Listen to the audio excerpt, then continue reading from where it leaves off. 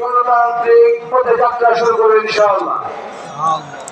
আমি বিশ্বাস করি আমরা যারা পঞ্চগড় ঠাকুরগাঁ দিনাজপুরের এই একটি প্রান্তে আছি, আমরা সবাই উজ্জীবিত, আমাদের প্রত্যেকটি এলাকায় আমরা জয়লাভ করার আশা করি ইনশাআল্লাহ।